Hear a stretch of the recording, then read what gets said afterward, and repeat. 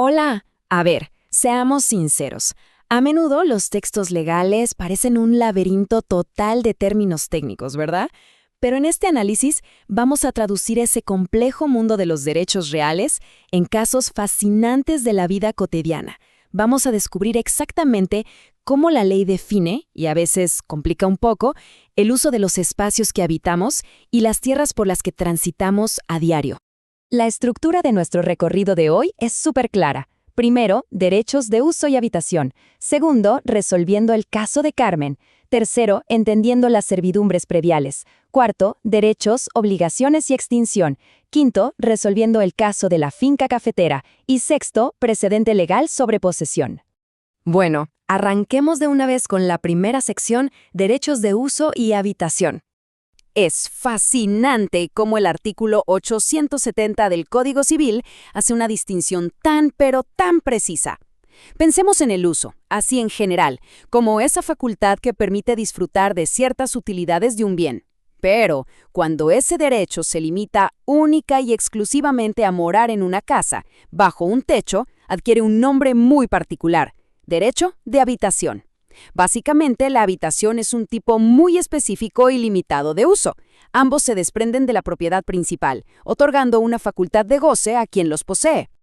Y ojo con esto, porque estos derechos no son para nada cheques en blanco. Están limitados estrictamente a las necesidades de la familia y siguen las mismas normas del usufructo. Pero lo absolutamente crítico aquí, el detalle que no se nos puede escapar, es la intransmisibilidad. Son derechos tan, pero tan personales que literalmente mueren con la persona. No se heredan, no se prestan y curiosamente jamás se pueden arrendar para sacarles un provecho económico. Pasemos a la sección 2, donde vamos a aplicar esto resolviendo el caso de Carmen. Imaginemos la siguiente situación. Tenemos a Carmen, propietaria de una hermosa casa en pleno centro histórico de Cartagena. Ella, con la mejor de las intenciones, constituye un derecho de habitación a favor de su sobrina Marcela, quien vive allí con su esposo y sus hijos. Hasta aquí, todo parece perfecto. Sin embargo, Carmen fallece de manera repentina. Poco tiempo después, Marcela toma la decisión de irse a vivir fuera de Colombia.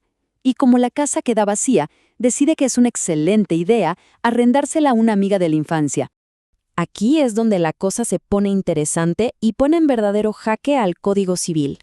Por un lado, acaba de fallecer quien otorgó el beneficio originalmente, y por el otro, hay un intento clarísimo de lucrarse de un derecho que fue diseñado únicamente para vivir. Entonces, ¿qué ocurre legalmente en este escenario? La respuesta de la ley es absolutamente contundente. Primero, el derecho de habitación es un derecho real que recae directamente sobre el bien. Por lo tanto, no se extingue simplemente porque la dueña original fallezca. Es decir, Marcela conservaba su derecho intacto. Pero, y este es un gran pero, el intento de Marcela de arrendar la propiedad es totalmente inválido, nulo. Como acabamos de ver en las reglas, la habitación es intransmisible. Al alquilar la casa, Marcela violó la naturaleza misma de su derecho, ya que éste solo le permitía morar allí a ella y a su familia, y definitivamente no hacer negocios inmobiliarios. Llegamos a la sección 3, entendiendo las servidumbres prediales. Aunque en la antigüedad los romanos hablaban de servidumbres personales, la ley actual da un giro y se enfoca 100% en la tierra. Esto resulta en dos fuerzas inseparables. Por un lado tenemos un predio dominante, que es el que obtiene un beneficio activo, y por el otro un predio sirviente, que pasivamente soporta una carga. En este punto ya no hablamos de personas beneficiando a personas, sino de parcelas de tierra sirviendo a otras parcelas. Entonces, el punto crucial aquí es que, para que una servidumbre exista legalmente en el Código Civil, tienen que confluir todos estos elementos que vemos. Debe ser un derecho real que permanezca intacto aunque los dueños vendan o cambien. Obviamente, necesitamos la existencia de al menos dos inmuebles.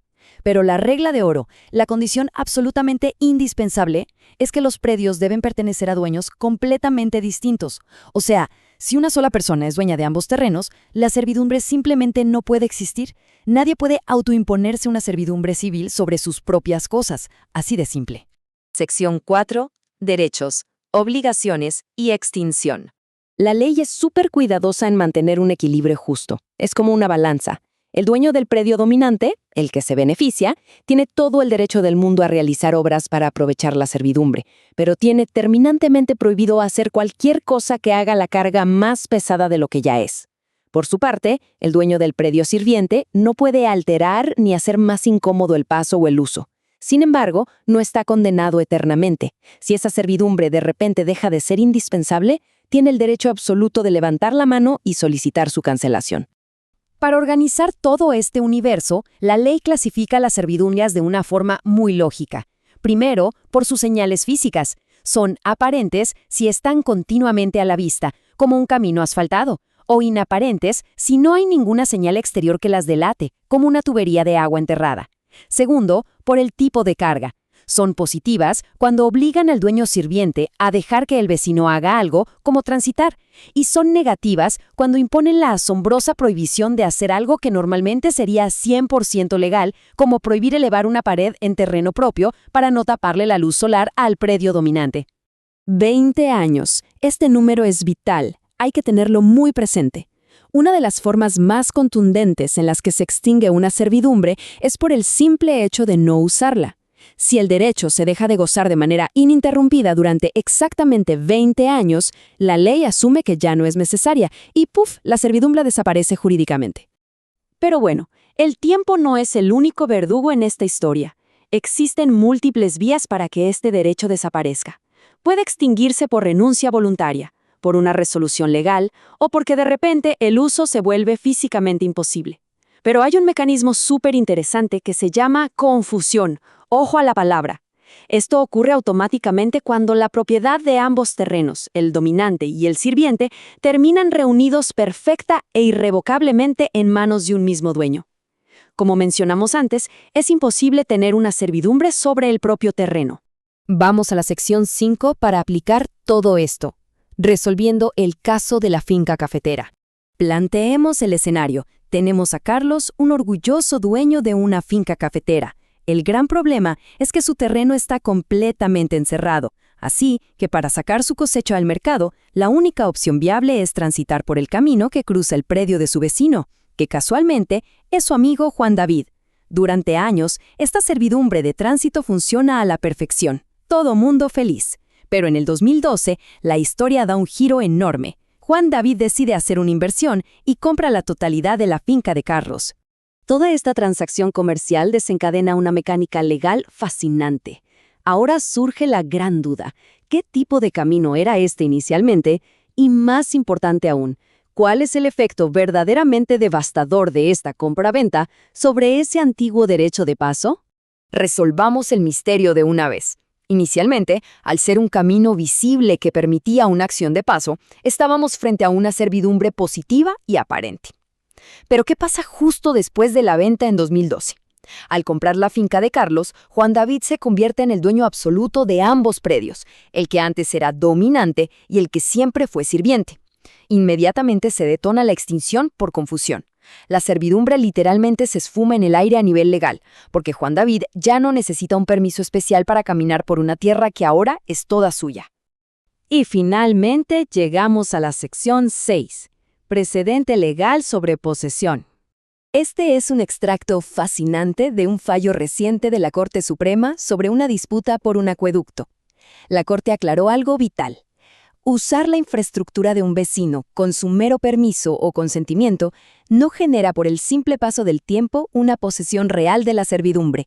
El consentimiento es solo eso, un pacto de explotación, pero carece por completo de los verdaderos atributos de señor y dueño que son estrictamente necesarios para que una servidumbre se configure legalmente de forma automática tras el paso de 10 años.